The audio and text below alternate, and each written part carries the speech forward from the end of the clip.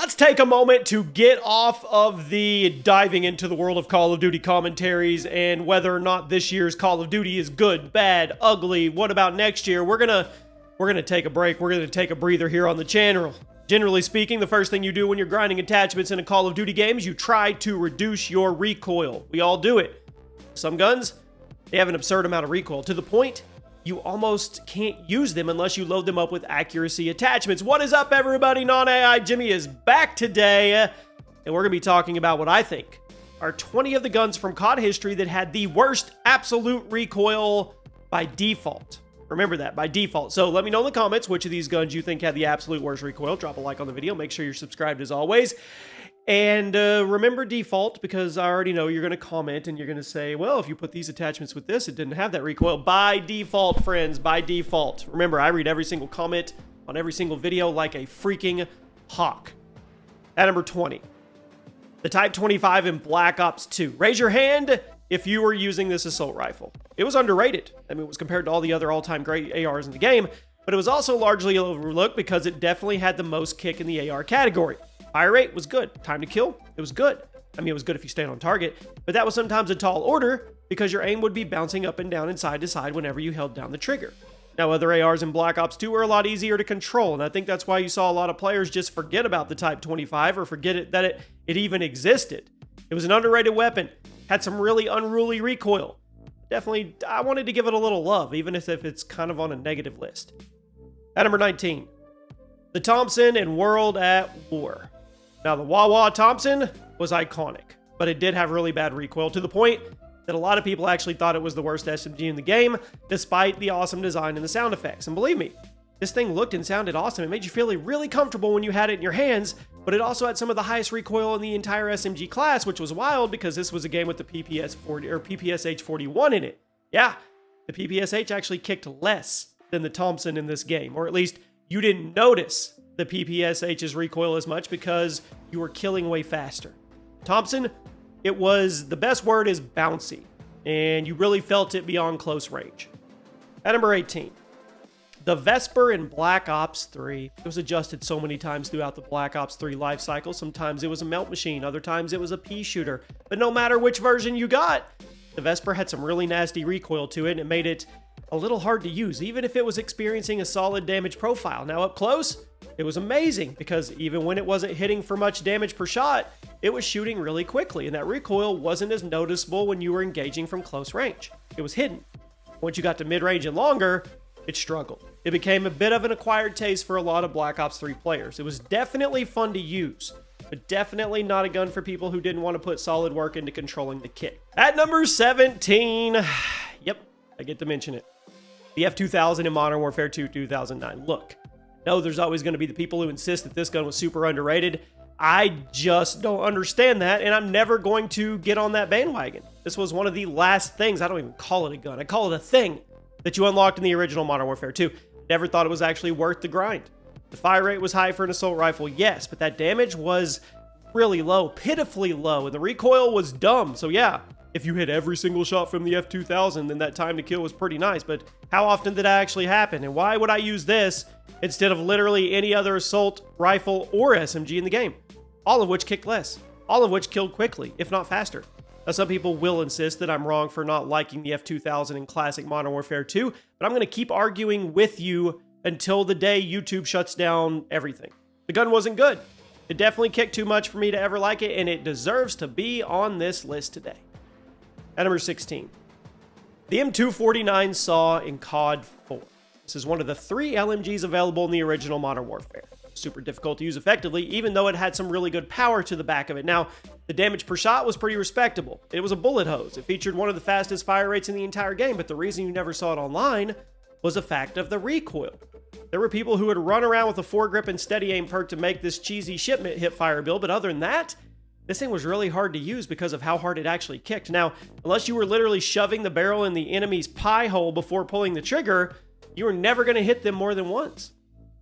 At number 15, the WAF 28 in COD World War II. This was actually one of my favorite guns in COD World War II's beta, but then something changed in the full game and it absolutely went into the trash can. It was a pea shooter with a high rate of fire and ridiculous recoil, That all made it basically impossible to use outside of close range combat, preferably in hardcore mode, so that way you could actually kill somebody in a reasonable amount of time. Now, I know people swear that this thing was underrated.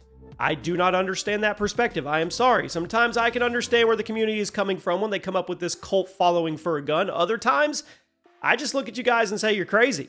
I mean, you thought the WAF 28 was, if you thought it was any good, I think you're crazy.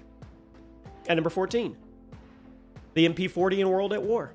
May have been the most popular gun in World at War, but that didn't mean it was easy to use. In fact, the MP40 was one of the most difficult guns to use consistently back in the World at War days because of the ridiculously bouncy recoil that was virtually impossible to predict. I mean, you could be aiming right at somebody's center chest and land the first shot or two, but after that, all bets are off. Where the barrel was going to go with the MP40, where it would be pointing, you could hit him in the kneecap, the toe, the elbow. I mean, I guess you could say you only needed 2 bullets to kill with the gun, so it's not like the recoil was that big a deal, especially if you were sticking to close quarters combat. But if you were trying to engage people from mid at all, that bouncy, unpredictable recoil pattern could actually get you in big trouble from time to time. Now, the damage profile may have been completely busted, but you still couldn't get too comfortable with the recoil because that bounce plus the slow fire rate could get you blown up pretty frequently if you got too cocky with this weapon. At number 13, the QBB LSW, what a name, in Black Ops 2. Raise your hand if you don't remember this weapon. It was one of the LMGs in BO2, and it was probably the least popular due to the fact that it was obviously overshadowed by the LSAT and the Hammer. Now, the fire rate, it was high. Clocked in, I think, at around 900 rounds per minute. But the damage was moderate, the recoil, brutal. I mean, I guess the saving grace for this gun was just how quickly it could kill if you could stay on target. It also had one of the fastest reload animations in the LMG category, but I never liked it all that much. I think it belongs on this list because it was pretty tough to control, and that recoil made it very hard to justify taking over the other LMGs. At number 12, the CM901 in Modern Warfare 3 2011.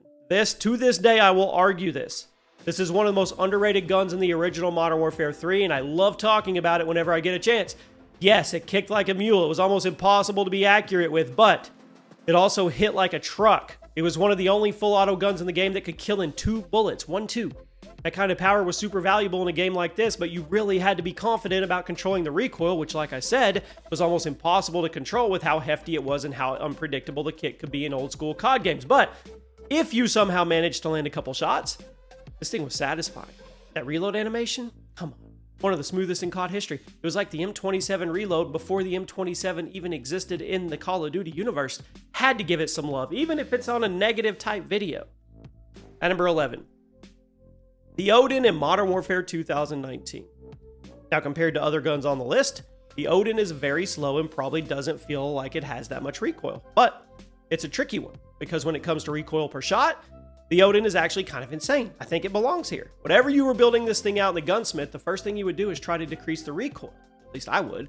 Because if you were holding the trigger down instead of tap firing, it would only be a few shots before your character was looking in some random direction instead of looking at the person you were initially firing at. So the Odin had a fan club in the Modern Warfare 2019 era. I mean, I definitely think it was a unique weapon, but if you weren't treating it like a precision rifle or doing something with attachments to decrease that kick, it was pretty unruly. At number 10, Scorpion Evo and Black Ops 2. I mean, we often say Black Ops 2 had the best gun balance in the franchise. I think that's largely true, but there's still some guns that a lot of people insisted were overpowered, the Scorpion Evo being the main example. I mean, this thing was tied for having the fastest fire rate of any SMG in COD history. Would kill in 3 bullets, as little as 3 bullets. But the trade-off, man, trade-off was straight up the recoil. It took some insane work to be able to control the kick on this monster, and that was the main thing that kept a lot of people away from it.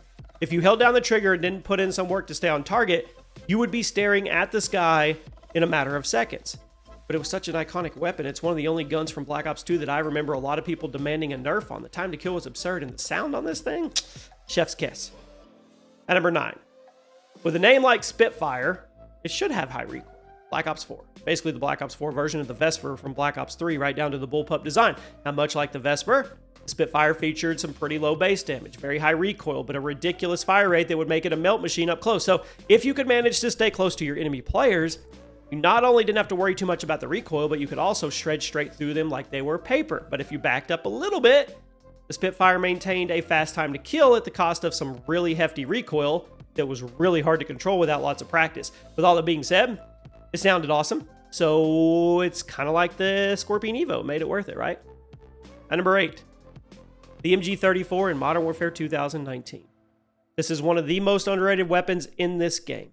Cool throwback weapon, hardly anybody actually used. It was weird because in terms of raw time to kill, it's actually one of the best guns in the entire game. But at the end of the day, I think a lot of COD players were willing to sacrifice a bit of their time to kill for the sake of comfort in handling. And the MG34 was not comfortable in the handling department. It wasn't a comfortable gun to control.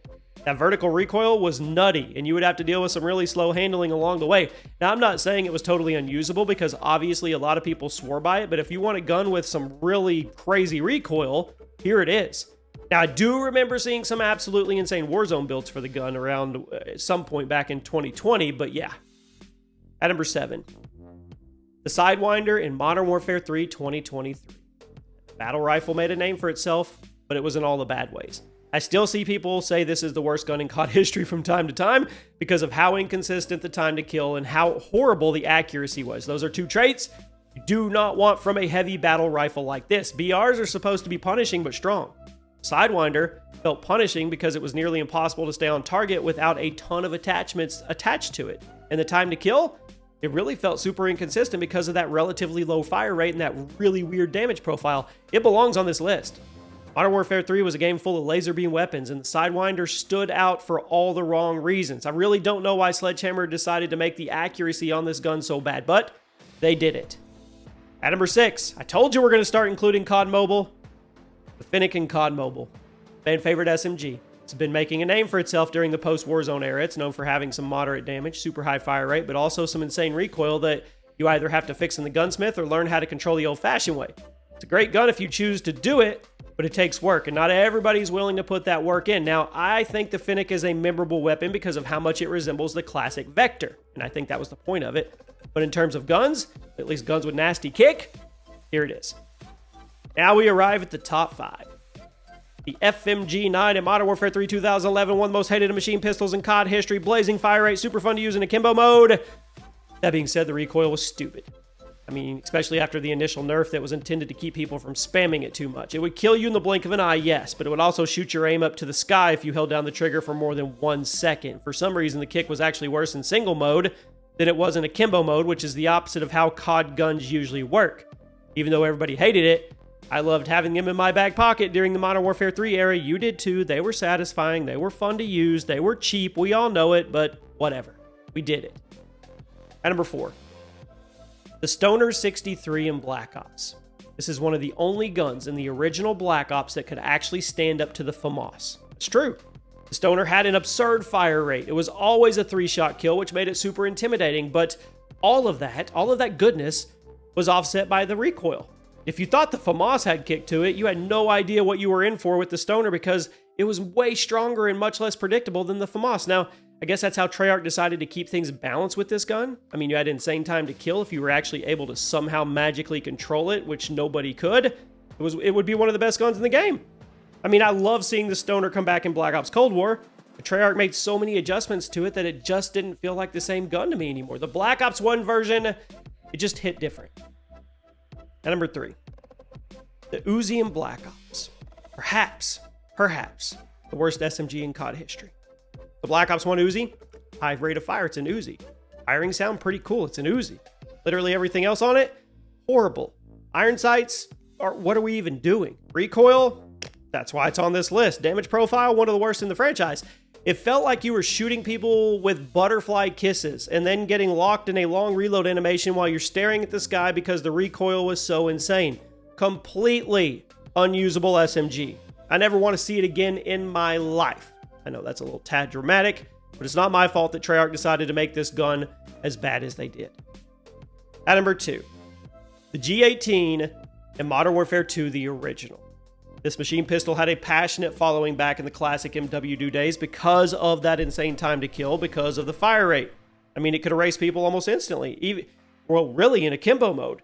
But if you ever picked the gun up, you know how hard it was to stay on target. You would burn through the entire magazine in a couple seconds, but halfway through that, you would be looking up at the moon. In a game like classic Modern Warfare 2, it was an awesome thing to throw in your back pocket, but in terms of accuracy, it definitely was at the bottom. In fact, I think it was one of the worst. Since we're talking about the G18, let's segue into number 1 today. The G18 in Modern Warfare 3 2011. So when the G18 was brought back in MW3, it was hit with several nerfs to keep it from being quite as absurd as it was in the previous game. That damage was made a little more reasonable, so it wouldn't melt from every range like the Modern Warfare 2 version did, but that recoil also slightly increased. They wanted to keep it from being viable beyond point-blank range. Yes, you heard me right.